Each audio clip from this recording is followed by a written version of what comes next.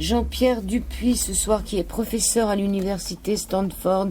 Il est l'auteur de très nombreux ouvrages, parmi lesquels L'enfer des choses, René Girard et la logique de l'économie avec Paul Dumouchet en 1979, La panique en 1991, Le sacrifice et l'envie en 1994, Pour un catastrophisme éclairé en 2002, Petite métaphysique des tsunamis en 2005, La marque du sacré en 2010, L'avenir de l'économie en 2012 ou La jalousie, Une géométrie du désir en 2016 et là, en 2019, La guerre qui ne peut avoir lieu, chez Desclés de Brouwer, Le réveil du tigre nucléaire. On va parler de nucléaire ce soir. En 4e de couverture, il est écrit que nous sommes plus près d'une guerre nucléaire que nous ne l'avons jamais été pendant la guerre froide, mais la plupart des gens sont aveugles à ce danger.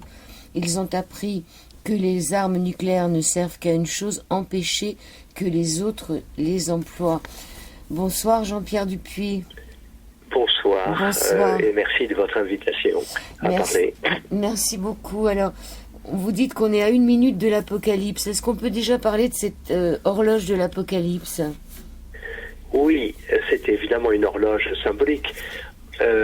C'est à la suite des bombardements d'août 1945 sur Hiroshima et Nagasaki que un certain nombre d'ingénieurs nucléaires qui avaient participé au programme Manhattan de création de la bombe atomique, justement, sans doute plein de remords pour ce qui s'était passé, ont créé d'une part une revue qui existe toujours, qui s'appelle Bulletin of Atomic Scientists, le bulletin des physiciens atomistes, et en 1948-49, et par la même occasion, ils ont mis au point une horloge avec une seule aiguille qui indique le nombre de minutes symboliques, bien sûr, qui nous sépare de minuit, minuit étant par convention l'auto-annihilation, le moment de l'auto-annihilation de l'humanité.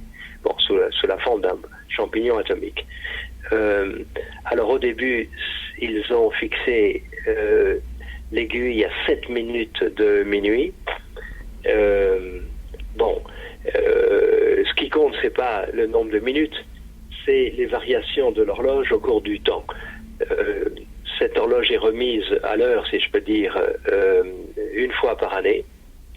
Et donc, depuis 48 jusqu'à aujourd'hui, la position de l'aiguille a changé un certain nombre de fois. Donc, alors, par exemple, on est passé de 7 minutes par rapport à minuit à 2 minutes par rapport à minuit, lorsqu'en 1948, et l'Union soviétique et les États-Unis se sont dotés à quelques mois d'intervalle de la bombe à hydrogène. C'était le plus proche de minuit. Et puis, la position de l'aiguille a changé au cours des années en fonction disons des tensions internationales. Elle est revenue près de minuit, mais pas 2 minutes, à 4-5 minutes en 1983, lorsque le président Reagan a lancé ce qu'il a appelé, et ce que nous appelons tous la guerre des étoiles, c'est-à-dire un système de défense antimissile fait de lancement de missiles lui-même. Alors après le 11 septembre, on s'est rapproché de minuit, et nous en sommes aujourd'hui à la position où nous étions lorsque nous étions le plus proche de minuit, c'est-à-dire à 2 minutes de minuit. Bon, et ça depuis 2 ans. Donc ça donne une idée, encore une fois, du degré de danger de l'arme atomique. Alors il faut dire que ces 3 dernières années plutôt, d'autres considérations que la menace atomique ont été prises en considération par les physiciens qui gèrent cette horloge, en particulier le changement climatique. Ça, c'est très important. Car il s'agit de savants. Parmi les gestionnaires de l'horloge, vous avez eu des gens comme l'astronome royal de Sa Majesté, la reine d'Angleterre, Sir Martin Rees, qui assure la chaire de Newton à Cambridge, ce qui n'est pas rien. Donc, le changement climatique, et au fond, ce que ces savants considèrent, c'est que, et nous le savons tous au fond, qu'il y a 2 manières pour l'humanité de mettre fin à son existence. Le moyen direct qui est la guerre, et aujourd'hui donc la guerre atomique, mais par ailleurs la destruction du milieu, mais la survie détruit l'humanité. Et ces deux manières sont évidemment liées l'une à l'autre. Voilà. Oui, est-ce qu'on pourrait dire que s'il y a des problèmes de changement climatique, on aura peut-être du mal à refroidir les centrales parce qu'il y a le nucléaire civil et le nucléaire... Oui, mais là nous parlons vraiment du nucléaire militaire. Hein. On ne parle pas du nucléaire civil. On va parler que du militaire. Le nucléaire civil, c'est une question extrêmement importante, mais elle est liée à la question du changement climatique. Non, alors effectivement, il y a un lien entre les deux, mais ça va dans les deux sens. D'une part, qu'on peut dire que c'est que les premières manifestations très graves du changement climatique, ça ne sera pas la montée des océans, la désertification de zone entière du monde, dont les fréquences accrues d'événements extrêmes climatiques, que ce soit des tornades, des cyclones, des crues de rivières, etc. Non, ce sera les guerres que l'anticipation de ces événements va produire du fait des migrations massives que tout ceci va produire. Bon, donc il y a un lien qui va de la destruction du milieu à la guerre, mais inversement, pourquoi est-ce que nous détruisons notre milieu, enfin nous détruisons ce qu'on appelle la nature?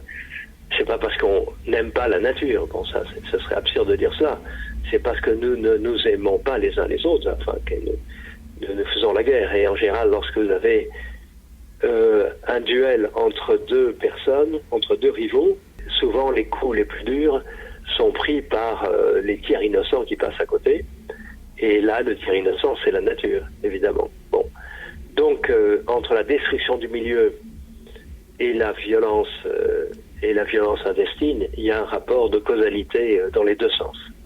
Votre livre démarre sur l'apocalypse qui n'a pas eu lieu. Le samedi 13 janvier 2018, le monde est passé à un cheveu du déclenchement d'une guerre nucléaire et personne n'en a rien su. Vous voulez que je dise oui. ce qui s'est passé? Oui. Plutôt ce qui ne s'est pas passé, ce qui aurait pu se passer? Oui, heureusement. Oui, je commence par cet événement passé le plus récent. Mais ces événements qu'on appelle en anglais des near misses, c'est-à-dire on est passé à un cheveu d'une catastrophe énorme, on est passé à un cheveu, on est passé à -5, on est passé à 1 minute de l'apocalypse, si vous voulez. Bon, voilà.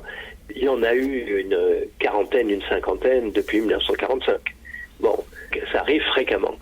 L'événement dont vous parlez, dont je parle tout début de mon livre, s'est passé sur l'archipel hawaïen. Pendant 38 minutes, les 10 millions de personnes à peu près qui se trouvaient sur l'archipel, les habitants, mais aussi les touristes, il y a toujours énormément de touristes à Hawaï, ont cru pendant 38 minutes que des missiles venant d'on ne savait où exactement se dirigeaient sur l'archipel. Chacun sur son téléphone portable ou sur son ordinateur ou par ouï dire simplement, c'est allé très vite, a reçu le message qui disait des missiles se dirigent sur l'archipel, allez aux abris, et le message ajoutait ceci n'est pas une simulation, ceci est une vraie alerte. Bon, en fait c'était une fausse alerte. Alors je décris la panique qui a saisi les gens de l'archipel pendant ces 38 minutes, mais ce qui est intéressant c'est ce qui a été dit après. Donc c'était une fausse alerte, c'est un personnel, un agent civil, pas militaire, qui surveillait l'archipel donc, et qui a pris des images qui apparaissaient sur son écran de surveillance et qui montraient des missiles qui arrivaient pour une véritable attaque. Bon, il n'a pas appuyé sur les boutons comme on l'a pensé au début. Il a cru lui-même qu'il y avait une attaque par missile qui arrivait dans ne savait où. Bon, donc tout est rentré dans l'ordre entre guillemets, mais ce qui a été dit, c'est la chose suivante, qui fait frémir effectivement.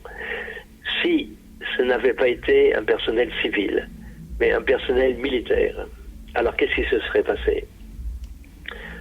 Alors, dans la doctrine de dissuasion nucléaire américaine, il y a un principe qui s'appelle launch on warning en anglais, c'est-à-dire on lance ses propres missiles dès lors qu'on n'attend pas qu'ils arrivent, on lance ses propres missiles dès qu'une alerte a lieu.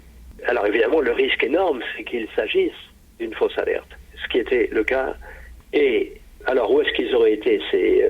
Il y avait deux puissances dont vous pouvez imaginer qui étaient à l'origine de ces missiles, c'était la Corée du Nord ou la Russie. En tout cas, le président américain aurait donné l'ordre d'attaquer lui-même. Alors, c'est-à-dire que la contre-attaque fondée par une fausse alerte aurait produit la guerre qui aurait eu lieu de toute manière si l'alerte avait été juste. C'est d'où la conclusion qui a été tirée, c'est qu'au fond, dans le domaine nucléaire, il n'y a plus de différence fondamentale entre les fausses alertes et les vraies alertes, les alertes justifiées, puisque dans les deux cas, il y a le déclenchement d'une guerre nucléaire. Bon, ça fait frémir, effectivement. Et vous dites qu'on en a vu d'autres et on en verra d'autres, puisque la preuve, 3 jours plus tard, le même scénario se déroulait au Japon. L'archipel allait être frappé de façon imminente par un missile nord-coréen. Cette fois, 5 minutes suffirent pour que l'erreur fût corrigée. Alors, à quoi pense-t-on lorsqu'on croit n'avoir plus que quelques minutes à vivre avant de se transformer en ombre sur le seuil de sa maison, comme l'ont montré tant d'images insoutenables en provenance d'Hiroshima? C'est écrit dans votre livre. Et de toute façon, on peut se poser la question aussi si on aura le temps de penser, si on sera même prévenu. Oui. Ben, là, les gens étaient effectivement prévenus. C'est pourquoi ils ont paniqué pendant 38 longues minutes, évidemment. Bon, je n'ignore pas ce qui est le mieux, enfin, d'être prévenu ou de ne pas être prévenu. Qu'est-ce qu'on peut faire si on est prévenu? On ne peut pas faire grand-chose, à part, comme vous le dites dans votre livre, essayer de récupérer 2 enfants qui se trouvent à 2 endroits différents. Oui. Donc, est-ce que ça vaut mieux d'être prévenu ou pas, finalement? Oh, écoutez, non, je ne me prononcerai pas là-dessus.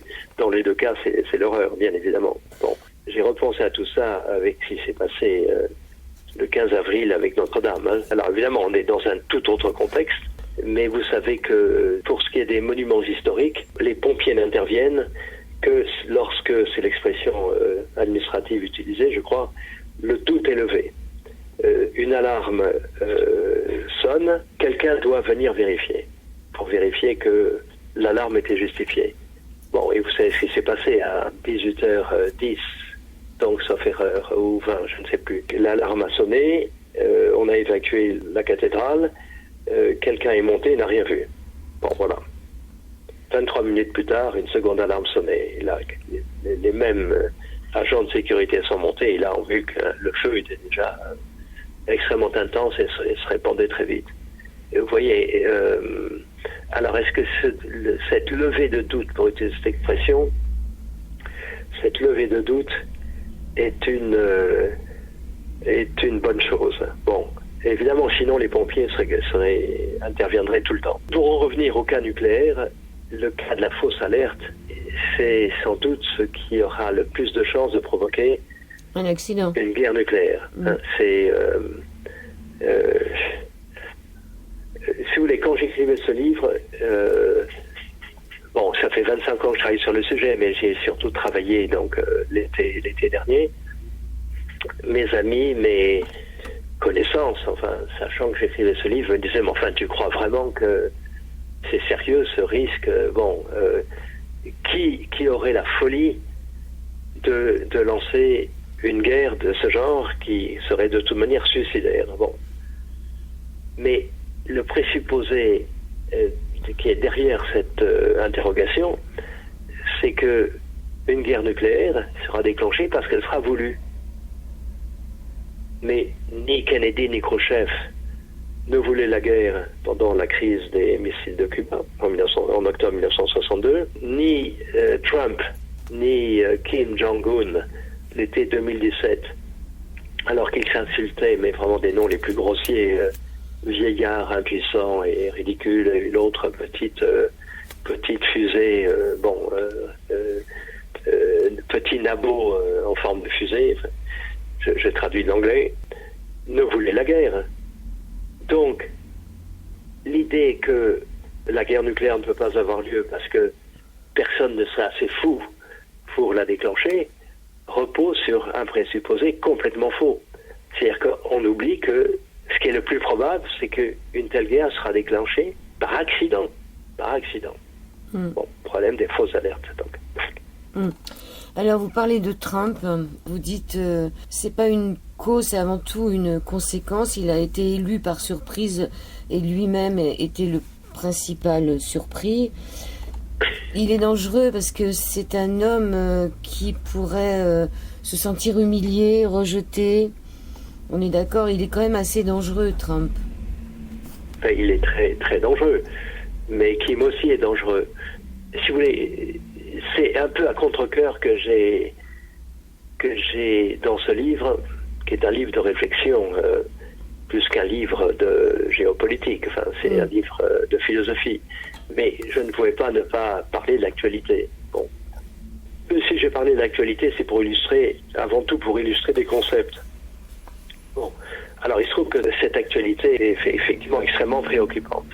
Mais depuis 1945, il y a eu beaucoup de phases de ce genre. Enfin, donc, il n'y a vraiment rien de nouveau sous le soleil de ce point de vue. Même si tout allait mieux entre la Russie et Trump, ou Trump et la Corée du Nord, mais là, c'est... Bon, les deux grands partenaires, là, c'est la Russie et les États-Unis d'Amérique. Bon, même si tout allait mieux, ce serait temporaire.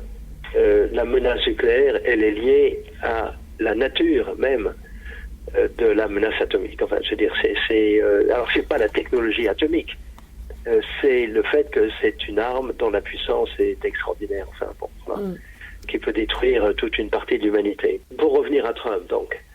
Alors, c'est effectivement quelqu'un d'extrêmement dangereux par sa psychologie, qui est celle, non pas d'un égoïste, comme on dit souvent, mais de quelqu'un qui est très facilement humilié. C'est le contraire de ce qu'on appelle le narcissisme. Enfin, c'est quelqu'un qui, au contraire, c'est très certainement absolument pas sûr de lui-même. Il a connu lui-même, malgré la fortune dont il a hérité, des humiliations considérable. Bon, donc c'est quelqu'un qui dont les nerfs, l'emportent sur la raison. Bon, en face de lui, il a quelqu'un qui, Kim en l'occurrence, mais surtout Poutine, qui sont des gens beaucoup plus stratèges que lui. Mais au fond, tout ça n'a qu'une importance minime, car, je le répète, le danger vient de la possibilité d'un accident. Alors, un accident, donc par exemple une fausse alerte, quelque chose qui est pris pour quelque chose d'autre. Alors, il est évident que plus les tensions internationales sont fortes, plus les chances d'un tel accident sont grandes. Ça, c'est clair. Mais c'est pas les acteurs humains qui comptent là, au fond. Ils sont ce qu'ils sont. Il y a des moments où le risque est beaucoup plus fort parce que ce sont des gens qui ne raisonnent pas ou qui ont des accès de rage, etc. Mais la menace reste de toute façon au-dessus de nos têtes. Alors vous écrivez à la page 36 que le lecteur pourrait m'accuser de faire montre d'un pessimisme excessif. Après tout, les événements de l'année 2018 ont montré que le dirigeant américain et son homologue nord-coréen étaient capables de surmonter leur querelle. Vous n'avez pas un excessif? Franchement, la discussion optimiste-pessimisme ne me paraît pas très intéressante. Quand on utilise ces mots, je pense aux mots de Georges Bernanos au début de son roman Les grands cimetières sous la lune, où il parle justement du pessimiste et de l'optimiste. Et ses définitions sont les suivantes. L'optimiste, c'est un imbécile heureux, et le pessimiste, un imbécile malheureux. Bon, ce qu'il s'agit, c'est de ne pas être imbécile. Et il est facile d'être imbécile, hein. Je ne dis pas ça contre les autres. Dans ces questions extrêmement difficiles liées à l'arme atomique. Mais alors, pour revenir à l'exemple, au cas que vous citez en me citant, c'est-à-dire la relation entre Trump et Kim Jong-un, là c'est un cas typique justement d'un autre type d'accident possible. Là, c'est sur les mots que l'accident a lieu. Il s'agit de dénucléarisation. Donc, Trump et Kim se sont rencontrés 2 fois. La dernière fois, c'était en janvier de l'année précédente. Il semblait qu'ils avaient un accord sur cette dénucléarisation de la péninsule. Simplement, ils mettaient derrière ce mot des choses complètement différentes. Ce que l'Amérique attend de la dénucléarisation de la péninsule, c'est que Kim renonce à tout son équipement nucléaire, les missiles, les ogives nucléaires, usine de retraitement d'uranium, etc., etc. Et l'Amérique, elle ne fait rien. Enfin, plutôt, elle renonce aux sanctions. Bon, ce qui est effectivement pas mal. Mais ce que Kim entend par dénucléarisation, c'est une dénucléarisation complète, y compris de la part des États-Unis. Alors, il n'y a pas d'armes atomiques que nous sachions en Corée du Sud, mais il s'agit là ce qu'on appelle le parapluie nucléaire, par lequel les États-Unis couvrent en quelque sorte les risques nucléaires sur la Corée du Sud et sur le Japon. Donc, si l'Amérique renonçait à servir de parapluie nucléaire à la Corée du Sud, bon, ce serait extrêmement grave pour la Corée du Sud, mais pour le Japon, alors ce sera encore plus grave, puisque le Japon, vous le savez, est interdit de se nucléariser du fait de sa constitution imposée par les Américains en 1945, mais il suffirait de 3 mois ou 6 mois pour que le Japon acquiert, il en a absolument les moyens techniques et en ressources, pour que le Japon se dote d'un arsenal nucléaire suffisant pour être extrêmement dangereux. Alors là, on aurait le domino, la Chine interviendrait, etc., etc. Donc, derrière un même mot, dénucléarisation, se cachent 2 interprétations différentes qui font qu'il n'y a pas d'accord possible. Et on l'a bien vu la seconde fois que Kim et Trump se sont rencontrés, malgré les mamours qu'ils s'étaient fait la première fois, ça n'a strictement rien donné et pour l'instant, on est au point mort. Bon. Donc c'est comme si on n'avait pas avancé du tout. Voilà. Alors ça, c'est un autre type d'accident. C'est l'incompréhension mutuelle. Deuxième partie de cette émission sur l'antenne d'IDFM où nous reprenons notre entretien avec Jean-Pierre Dupuis sur la guerre qui ne peut pas avoir lieu. On peut parler du MAD. MAD, M-A-D, destruction mutuelle assurée. Oui, c'est l'essence même de la dissuasion nucléaire. Alors en anglais, MAD, c'est un sigle qui vaut pour Mutually Assured Destruction, destruction mutuelle assurée, comme vous disiez, mais le mot lui-même veut dire fou. Et on a là quelque chose de très intéressant sur lequel je m'étends pas mal dans le livre, c'est que avec ce dispositif qu'on appelle la dissuasion nucléaire, la folie la plus pure et la rationalité extrême se confondent. Comment dirais-je ? C'est d'un point de vue philosophique qui est le mien, c'est extrêmement intéressant. Cette coïncidence entre la folie et la rationalité. Alors, MAD, qu'est-ce que c'est ? Eh bien, c'est d'abord une situation, avant d'être une doctrine. C'est 2 puissances dotées de l'arme nucléaire qui sont face, même fût-ce à 10 000 km de distance, qui sont l'une par rapport à l'autre à la fois vulnérables et invulnérables. Vulnérables car elles peuvent être détruites entièrement par une attaque de l'autre, mais invulnérables parce qu'elles conserveront, même après une première attaque, une capacité de seconde frappe. Elles pourront toujours lancer des représailles. Alors il y a une troisième caractéristique de ce dispositif, c'est qu'aucune des 2 puissances ne se défend. C'est-à-dire que la dissuasion nucléaire, c'est le contraire de la défense. On ne se défend pas. Alors pourquoi est-ce que c'est important qu'on ne se défende pas et que l'autre sache qu'on ne se défend pas ? C'est important parce que c'est la meilleure garantie qu'on peut lui donner qu'on n'attaquera pas en premier. En effet, si on attaquait en premier, puisqu'il conserverait une capacité de seconde frappe, il exercerait des représailles, et puisque vous ne vous défendez pas, vous aurez des pertes maximales. Bon. Donc, en principe, ce dispositif assure que personne n'attaque en premier.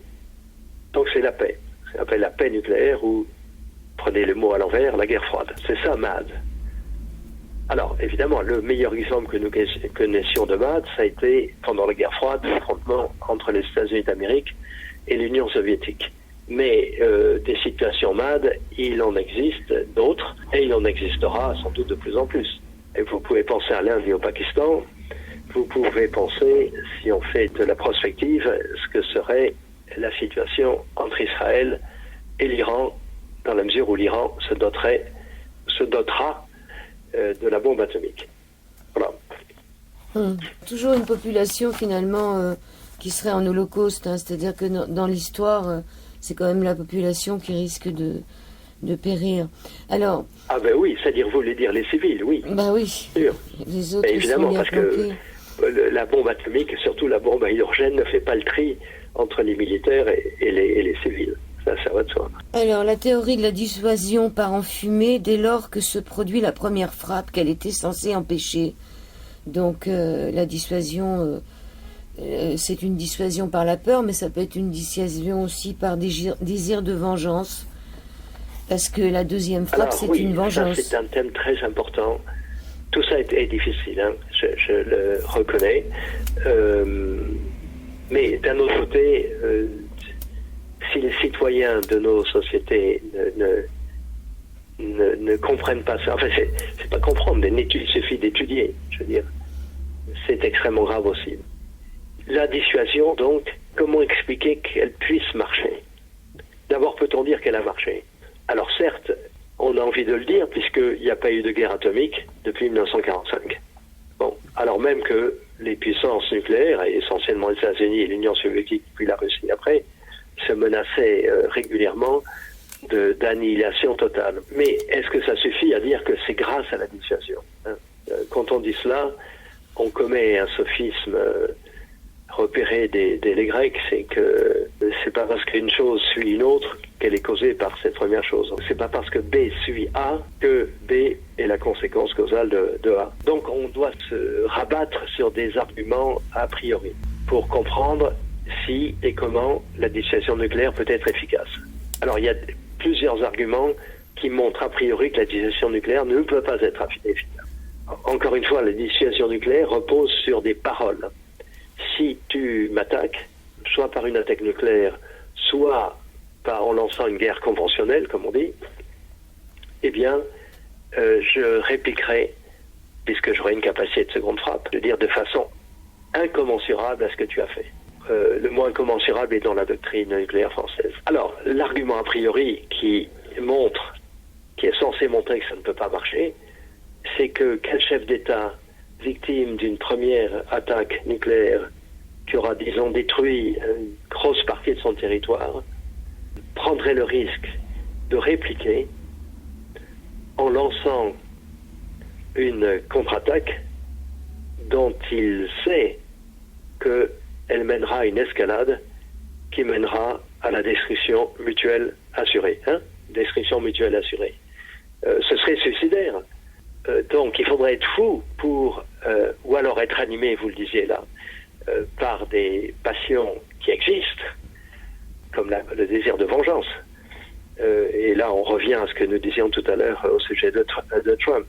Mais bref, ce serait de la pure folie que de lancer les représailles, puisque ce serait suicidaire. Et en plus, on se détruirait soi-même, on détruirait l'autre, et on détruirait le monde avec. Alors voici un argument très fort qui semble montrer que la dissuasion nucléaire repose sur une menace irrationnelle, puisque si on est au pied du mur, elle ne sera pas mise à exécution. La dissuasion nucléaire marche tant qu'elle marche, et c'est pas une tautologie. Mais dès qu'elle ne marche plus, tout le système de croyances, etc., sur lequel le mécanisme reposait, s'écroule. Si MAD avait marché, on n'aurait jamais eu recours à la course aux armements. Cette dissuasion fait que de plus en plus, on s'arme de plus en plus. C'est fou, ça. Absolument. On est dans la folie. Mais encore une fois, c'est une folie d'un genre quand même très particulier, puisque c'est la folie qui accompagne la rationalité maximale. Ça en dit long sur la raison humaine. Effectivement, si MAD avait marché, vraiment, il n'y aurait pas eu de course aux armements. Alors qu'on est arrivé dans les années 80, 83, 84 à des chiffres, mais en nombre d'ogives nucléaires, à des chiffres de l'ordre de 30 000 de chaque côté. Bon. De quoi faire sauter 50 fois la planète. La galaxie. Alors, en théorie, la dissuasion nucléaire peut fonctionner entre deux puissances, je ne sais pas moi, avec peut-être 100 ogives nucléaires de chaque côté. Je veux dire, la preuve de cela, c'est ce qu'a été la doctrine française. C'est dite dissuasion du fort par le faible. Le fort étant l'Union soviétique à l'époque, et la France étant le faible. Il suffit de quelques ogives pour en faire un instrument de terreur. Bon, dans le cas de la France, on peut même ajouter ceci. Il y a 3 types de vecteurs de l'arme atomique. Il y a les bombardiers, donc c'est l'aérien. Il y a la terre, le sol, et les missiles sol-air. Et il y a les sous-marins. la mer, c'est-à-dire les sous-marins. la France a privilégié les sous-marins pour deux raisons. D'une part, c'est que les sous-marins, ils se déplacent très facilement, très rapidement. On ne sait pas où ils sont, ils n'ont pas d'adresse. Et donc, les représailles, elles tomberont pas sur les sous-marins. Bon. Mais la deuxième raison, encore plus intéressante, c'est que les sous-marins visent mal. Alors, ce qui pour une arme conventionnelle serait un défaut, apparaît là au contraire comme un avantage, parce que ça en fait des instruments de terreur, puisque la bombe, elle peut tomber n'importe où. Bon. Donc, la dissuasion nucléaire peut marcher très bien avec peu d'ogives de chaque côté. Donc, si on a abouti à ces chiffres absolument fous, où on en est actuellement, on en est à 7000 ogives à peu près nucléaires du côté américain, 7000 ogives du côté russe, et le troisième pays, c'est la France. Je ne sais pas si nous devons en être fiers, mais la France, on a à peu près 300. Bon, donc 7300, vous voyez. Nous sommes le faible là. Mais nous pouvons quand même faire beaucoup de mal. Donc si on a abouti à ces chiffres déments, c'est parce qu'on n'a jamais pris vraiment au sérieux la logique de la dissuasion nucléaire. Ouais. Hein, et qu'il fallait avoir plus d'ogives que d'autres. Ce qui est absurde, c'est-à-dire qu'on avait par rapport à l'arme atomique le même raisonnement que par rapport à des armes conventionnelles. Ce qu'il y a de plus préoccupant aujourd'hui, c'est pas les personnes, c'est pas Trump, c'est pas Kim, c'est, même si ça a beaucoup d'importance, Poutine, n'oublions pas Poutine, qui est sans doute le plus dangereux parce que le plus intelligent. C'est que de plus en plus on pense à l'arme atomique, non pas comme une arme de non-emploi, faite pour dissuader les autres de l'utiliser, mais comme une arme d'emploi. On assiste actuellement des deux côtés principaux, c'est-à-dire ça reste les États-Unis et la Russie, au développement d'armes dites à courte portée, c'est-à-dire moins de 500 km, qui sont faites des armes qui sont présentes sur le champ de bataille. On parle d'armes tactiques, d'armes de théâtre des opérations, et donc qui sont destinées non pas à la dissuasion, mais à être utilisées. Et ça, c'est extrêmement grave, parce qu'une fois qu'on utilise des armes de faible portée, l'escalade jusqu'à des armes de moyenne portée et des armes de grande portée est pratiquement inévitable. C'était la couverture de The Economist, je ne sais plus en quelle année. Est-ce qu'on peut parler de la dévolution ? Est-ce que la décision est réservée au chef d'État et pourquoi on nous cache la vérité ? Oui, c'est un sujet extrêmement important aussi. Alors là, je dois reconnaître ma dette à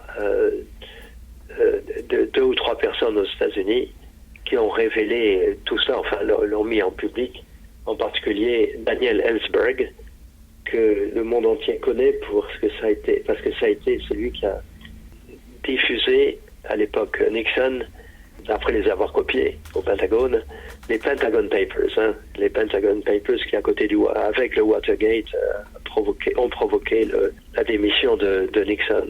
Mais son métier aura été d'être un planificateur de guerre nucléaire. Et il vient de sortir, enfin il y a maintenant 1 an et demi aux États-Unis, un livre qui n'est toujours pas traduit en France, qui s'appelle The Doomsday Machine, c'est-à-dire la machine du jugement dernier, qui relate 50 ans d'expérience qu'il a de la question nucléaire et d'autres Américains de ce genre. Alors bon, si je vous posais la question, vous avez lu mon livre, donc vous connaissez la réponse. Combien de personnes pendant la guerre froide avaient l'autorisation d'appuyer sur le bouton nucléaire? Bon, je m'empresse tout de suite de dire qu'il n'y a pas de bouton nucléaire. Enfin, c'est une manière imagée de déclencher le processus qui mène à une attaque nucléaire. Combien de personnes? Alors si on pose la question au sujet de la France, les textes sont très nets. Une seule personne, mais la plupart des Américains répondent à la même chose au sujet de leur pays, une seule personne, c'est le président. Cette réponse est fausse, elle est très très fausse, mais elle est absurde en plus. Car si une seule personne avait ce pouvoir, cette autorisation, cette légitimité, alors à ce moment-là, il serait extrêmement facile de décapiter, c'est le cas de le dire, le système ennemi. On attaquerait le président, la ville où il est, et voilà, ça en serait fini. Non. Le président a un pouvoir de dévolution vers 4 ou 5 personnes qui eux-mêmes ont un pouvoir de dévolution sur une dizaine de personnes chacun. Bon, et c'est une hydre, si vous voulez, une hydre ou une arborescence. Et au total, pendant la guerre froide, Ellsberg estime qu'il y avait entre 300 et 400 personnes qui avaient, suivant les circonstances bien sûr, l'autorisation, la légitimité et la capacité technique de déclencher une guerre nucléaire. Voilà. Pour ce qui est de la France, je n'en sais rien. Il est impossible de le savoir. Enfin, en tout cas, avec mes moyens, je ne suis pas un journaliste limité, je n'ai jamais réussi à le savoir. Mais ça, c'est une autre absurdité. Car si vraiment on prend la dissuasion au sérieux, on a intérêt à ce que les autres sachent, les adversaires, les ennemis potentiels, sachent qu'il y a d'autres personnes que le président, et peut-être 200, 300 personnes, qui, suivant les circonstances, auront la possibilité technique et la légitimité de déclencher une attaque nucléaire. En effet, si les autres pensent que seule une personne, je répète ce que je disais, a cette capacité, cette autorisation, cette légitimité, il suffit de l'attaquer, elle, cette personne. C'est absurde. Tandis que si on prend la dissuasion au sérieux, si on sait que c'est une hydre, eh bien, on sait que si on démolit une tête, d'autres têtes pousseront. Votre livre, La guerre qui ne peut pas avoir lieu, a un sous-titre, Le réveil du tigre nucléaire, et donc la violence du tigre. Et on ne se bat pas avec un tigre. C'est aussi simple que ça. Ça aussi, c'est très important. Le sous-titre de l'ouvrage est Essai de métaphysique nucléaire. Alors, le mot métaphysique peut faire peur. Donc, c'est une branche de la philosophie qui répond à des questions auxquelles les sciences ne peuvent pas répondre.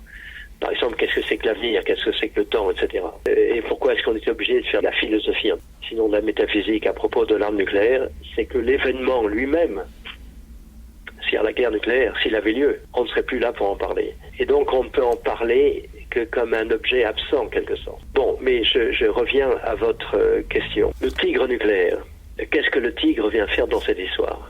Nous avons discuté il y a quelques minutes des arguments, enfin j'en ai surtout parlé, j'ai surtout commenté l'un d'entre eux, excusez-moi, qui, a priori, entendent démontrer que la dissuasion nucléaire ne peut pas être efficace, puisque la menace de représailles incommensurables est non crédible. Il faudrait être fou pour lancer ces représailles. Bon, donc admettons cela. Admettons donc que deux puissances nucléaires face à face ne peuvent pas se dissuader l'une. Si on a 3 ou 4, c'est pareil. Or, l'une et l'autre ont un intérêt commun, être dissuadées. Car si elles n'étaient pas dissuadées d'attaquer, eh bien, elles attaqueraient et ce serait l'escalade jusqu'à l'annihilation mutuelle. Elles ont intérêt toutes à être dissuadées. Alors, la solution à ce paradoxe est géniale. C'est de se faire dissuader par un tigre. Alors un tigre, qu'est-ce que c'est que ce tigre? Eh bien, c'est bien la violence des ennemis qui est auto-extériorisée sous la forme d'un animal extrêmement dangereux. Mais quand un tigre vous dévore, il n'a aucune intention mauvaise.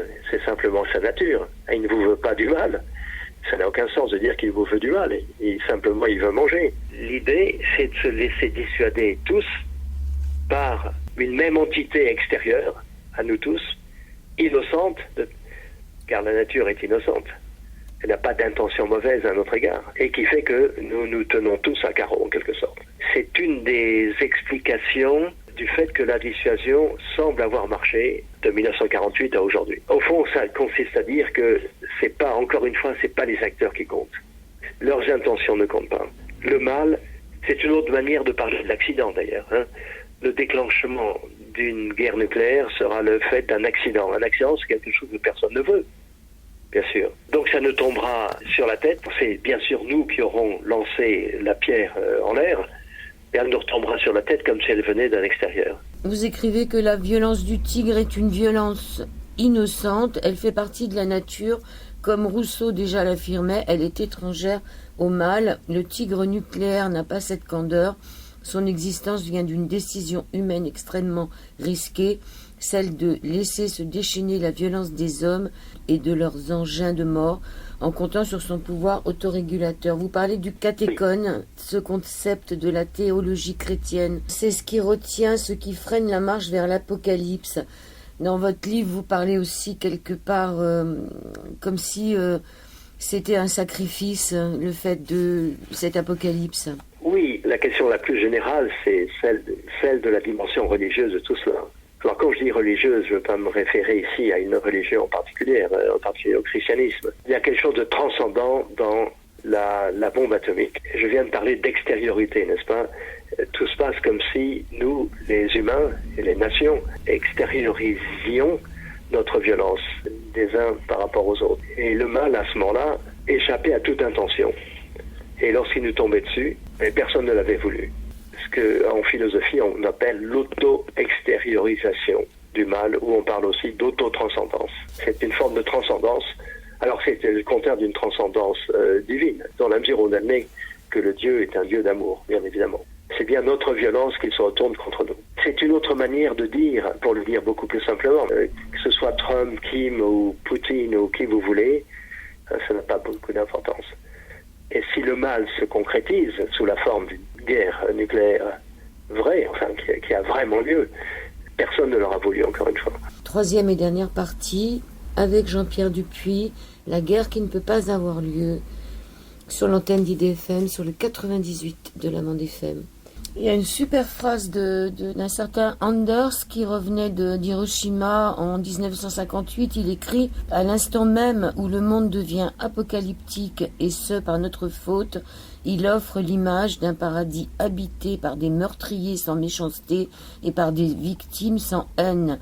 Nulle part il n'est trace de méchanceté, il n'y a que des décombres. » Oui, c'est très très très fort. Alors Günther Anders, c'est un philosophe allemand, moins connu que celle qui fut sa femme pendant un temps, Hannah Arendt. L'un et l'autre furent les élèves de Heidegger. Il s'agissait d'Allemands juifs, de juifs allemands, donc élèves d'un philosophe, certains disent un des plus grands philosophes de l'histoire, nazi. Bon. Et Günther Anders, je fais partie de ceux qui essayent de faire connaître son œuvre en France et également aux États-Unis. Il est pratiquement pas traduit en anglais. C'est l'un des meilleurs penseurs de la chose nucléaire, je pense, encore aujourd'hui. J'ai publié au Seuil un de ses livres qui s'appelle Hiroshima et partout et que je conseille à tous vos auditeurs. La citation que vous venez de faire dit admirablement ce que j'essayais de dire plus maladroitement tout à l'heure. Les sentiments humains, les intentions, tout ça n'a plus d'importance. C'est les mécanismes que nous avons enclenchés qui nous retombent sur la tête. Et voilà, comme s'ils venaient de l'extérieur. Vous parlez de l'histoire de Noé, qui, quelques jours avant le déluge, prévient aux gens qu'ils sont déjà morts. Oui, c'est l'inversion du temps. Mais est-ce qu'on n'est pas tous en train de se dire quelque part que c'est inévitable, inéluctable? Est-ce qu'on n'est pas tous en train de s'y préparer quelque part? Ben non. Il faudrait pas. Je vais parler en ancien combattant. Dès les années 70, je me suis préoccupé de ces choses, et en particulier dans le travail que je faisais avec Ivan Illich, ce grand critique des sociétés industrielles. Bon, on ne parlait pas encore tout à fait de changement climatique, mais enfin, il y a un grand livre d'Illich qui s'appelle Énergie et équité, auquel j'ai contribué, qui disait pas mal de choses qui se disent aujourd'hui.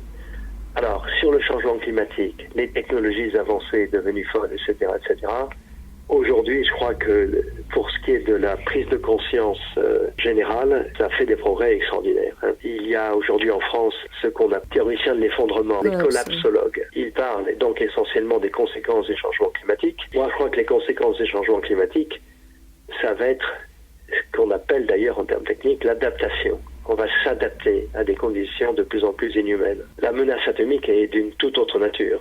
C'est un boom, elle. Ce ne sera pas une longue adaptation à des conditions inhumaines, ça sera un boom. Ça sera, comme disait Einstein, retour à l'âge de bronze et au lance-pierre. Et au lance-pierre. Alors, non, mais Einstein parlait là de la 4e guerre mondiale. La 4e guerre mondiale, ce qui se fera un coup de fronde, oui, et de lance-pierre.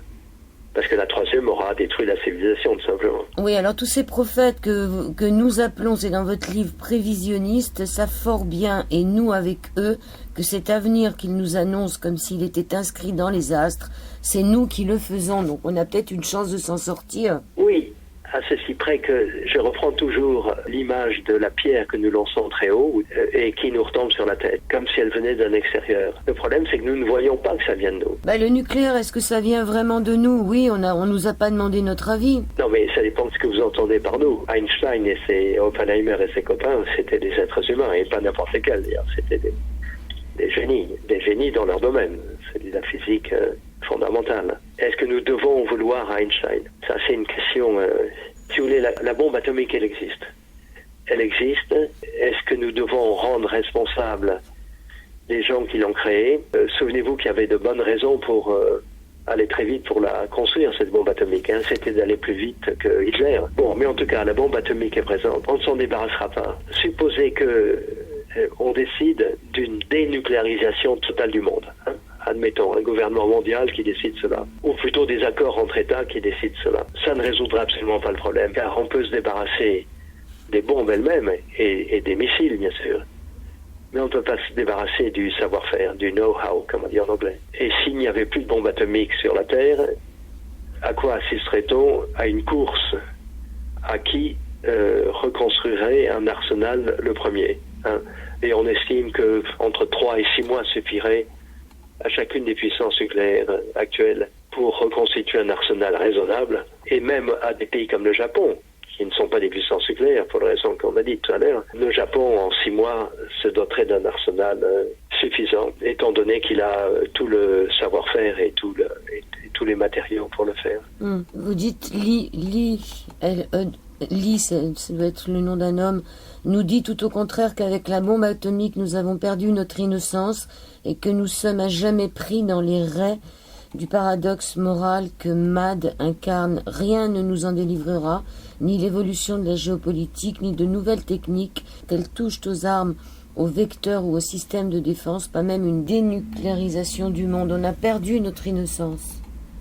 Mais c'est ce que je viens de dire, oui. C'est ce que je viens de dire. On ne se débarrassera pas de la menace atomique, même s'il n'y avait plus d'armes atomiques. C'est ce qu'un grand spécialiste du domaine a appelé la dissuasion sans armes. Il y a une période où une seule puissance avait l'arme atomique. C'est la période de 45 à 47, 48, où seuls les États-Unis d'Amérique avaient la bombe atomique. Donc, l'Union soviétique ne l'avait pas encore. Eh bien, certains des plus grands esprits du moment, le philosophe britannique Bertrand Russell, John von Neumann, l'un des plus grands mathématiciens de tous les temps, eh bien, von Neumann et Bertrand Russell étaient l'un et l'autre partisans d'une attaque nucléaire des États-Unis sur l'Union soviétique avant qu'elle ne se dote elle-même de l'arme atomique.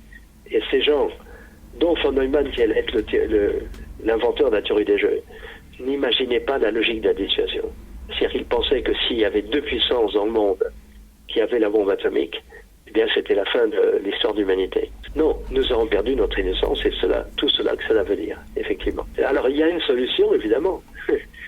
C'est que tout ça présuppose qu'entre les nations, il y ait des relations d'inimitié, de haine, de jalousie.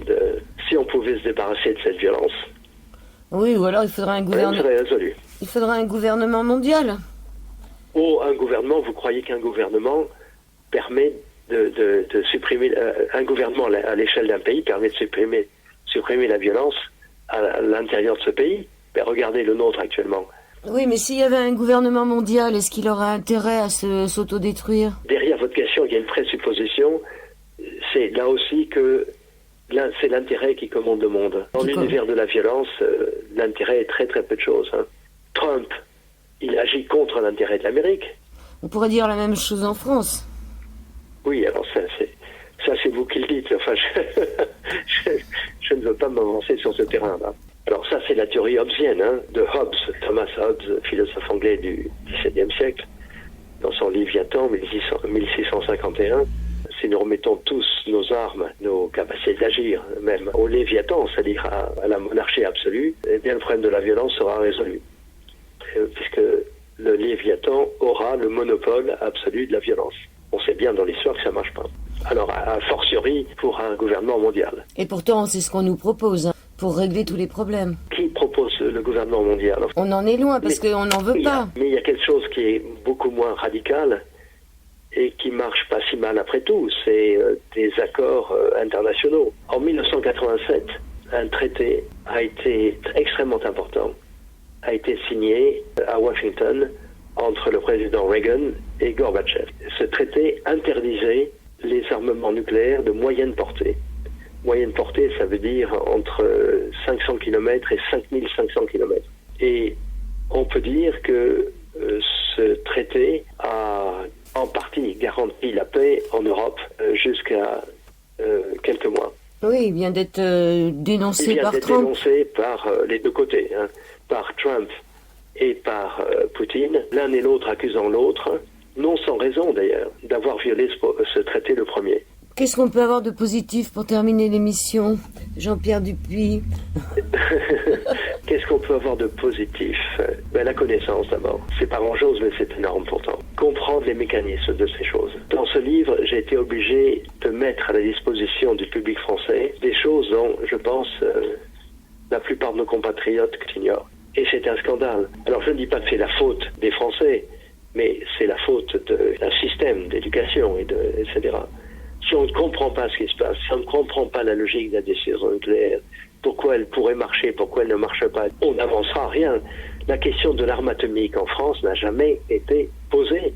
Elle a été imposée par De Gaulle. Et depuis, tous les gouvernements, tous les chefs d'État en particulier, y compris François Mitterrand, qui, lorsqu'il était candidat, était contre l'arme atomique. Bon, tous les chefs de gouvernement ont considéré comme chose absolument acquise la possession par la France de l'arme atomique. Donc nous pourrions au moins donner l'exemple de ce point de vue. C'est pas très positif ce que je dis, mais ce serait un progrès.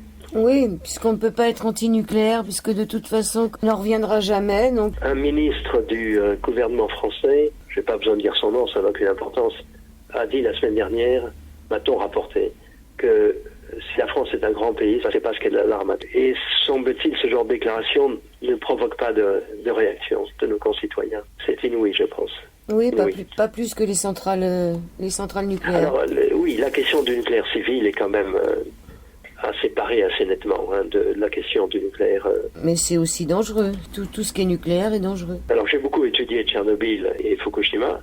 Ça faisait partie de mon travail. J'ai présidé le comité d'éthique du centre de recherche de l'autorité de sûreté nucléaire pendant 10 ans. Le nucléaire est très dangereux. Et l'autorité de sûreté nucléaire est la première à le dire.